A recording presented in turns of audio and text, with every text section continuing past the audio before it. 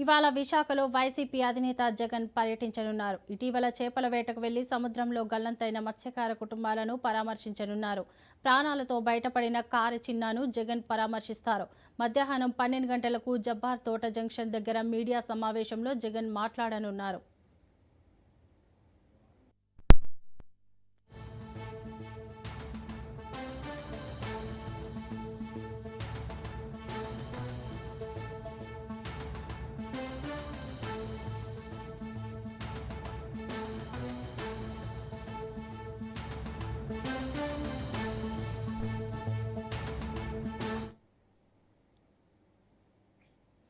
ఇవాళ విశాఖలో వైసీపీ అధినేత జగన్ పర్యటించనున్నారు. ఇటీవల చేపల వేటకు వెళ్లి సముద్రంలో గల్లంతైన మత్స్యకార కుటుంబాలను పరామర్శించనున్నారు.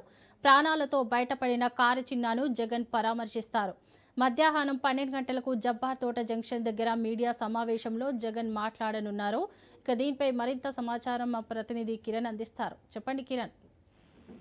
గుడ్ మార్నింగ్ శోభా. ఈరోజు మాజీ ముఖ్యమంత్రి వైఎస్ఆర్ కాంగ్రెస్ పార్టీ అధినేత జగన్మోహన్ రెడ్డి విశాఖలో పర్యటిస్తున్నారు. దీనికి సంబంధించి ఈరోజు ఉదయం 9 గంటలకు తాడేపల్లి నుంచి ప్రత్యేక విమానాల్లో విశాఖ ఎయిర్పోర్ట్ కు 10:30 చేసినటువంటి జగన్ అక్కడి నుంచి నేరుగా ఏదైతే ఇటీవల సముద్రంలో వేటకు వెళ్లి గల్లంతైనటువంటి మత్స్యకారులు 6 వాళ్ళ కుటుంబాలను పరామర్శిస్తారు. జబ్బార్ తోట వెలివీధి సమీపంలో, విశాఖ నగరంలో వెలివీధి సమీపంలో జబ్బార్ తోటలో ఆ కుటుంబీకులను పరామర్శించడంతో పాటు వాళ్లకు ఓదార్పు యాత్ర లాగా వాళ్ళందరినీ కూడా ఓదార్చున్నారు. అదేవిధంగా ఈ 7 మత్స్యకారుల్లో ఎవరైతే సురక్షితంగా ప్రాణాలతో బయటపడ్డ వ్యక్తి కారు చిన్న అతని కుటుంబాన్ని కూడా పరామర్శించడం జరుగుతుంది.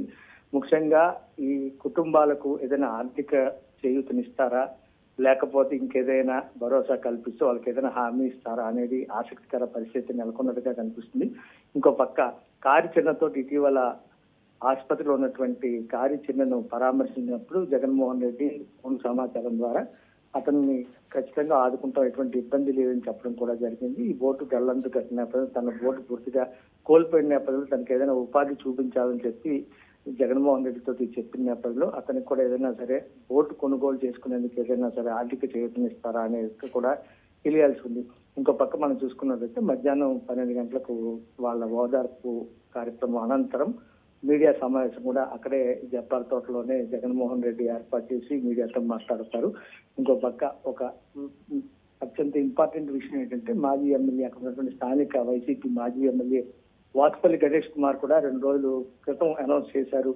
ఇక్కడి నుంచే మత్స్యకారులకు భరోసా ఇచ్చిన అనంతరం ఏదైనా సరే ఒక ప్రత్యేకమైనటువంటి వ్యాఖ్యలు చెప్పే అవకాశం ఉంటుంది. జగన్మోహన్ రెడ్డి ఖచ్చితంగా పాదయాత్రకు సంబంధించి కానీ లేదంటే మాది కానీ ఏదైతే మచిలీపట్నం, విజయవాడ, గుంటూరు వేదికగా రాష్ట్ర రాజధానికి సంబంధించి అభివృద్ధి పదంలో ఇప్పటికే ఆ విషయాన్ని తెర మీదకి తీసుకొచ్చినట్టు జగన్మోహన్ రెడ్డి ఆ అంశానికి సంబంధించి ఏమైనా మళ్ళీ ప్రస్తావిస్తారా, లేకపోతే తన పాదయాత్రకు ఎప్పటి నుంచి ఒక డేట్ అనేది ఫిక్స్ చేస్తారా, 2026 నుంచి రాష్ట్ర వ్యాప్తంగా పర్యటన చేస్తారని చెప్పి ఊహాగానాలు వస్తున్న నేపథ్యంలో జగన్మోహన్ రెడ్డి ఏమైనా అనౌన్స్ చేస్తారనేది కూడా ఆలోచన ఉంది. ఇంకో పక్క మనం చూసుకుంటే మత్స్యకారులకు ఏమైనా ఆర్థిక చేయూతనిచ్చే అవకాశం కూడా ఉండే ఛాన్స్ అయితే ఉందని చెప్పి మాజీ ఎమ్మెల్యే స్పష్టం చేయడం జరిగింది.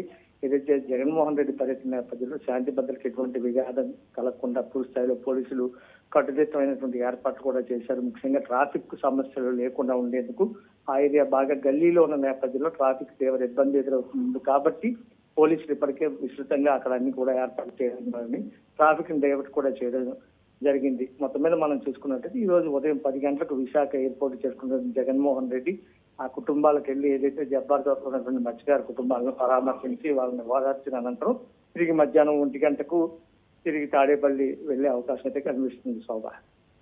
Right, thank you Kiran.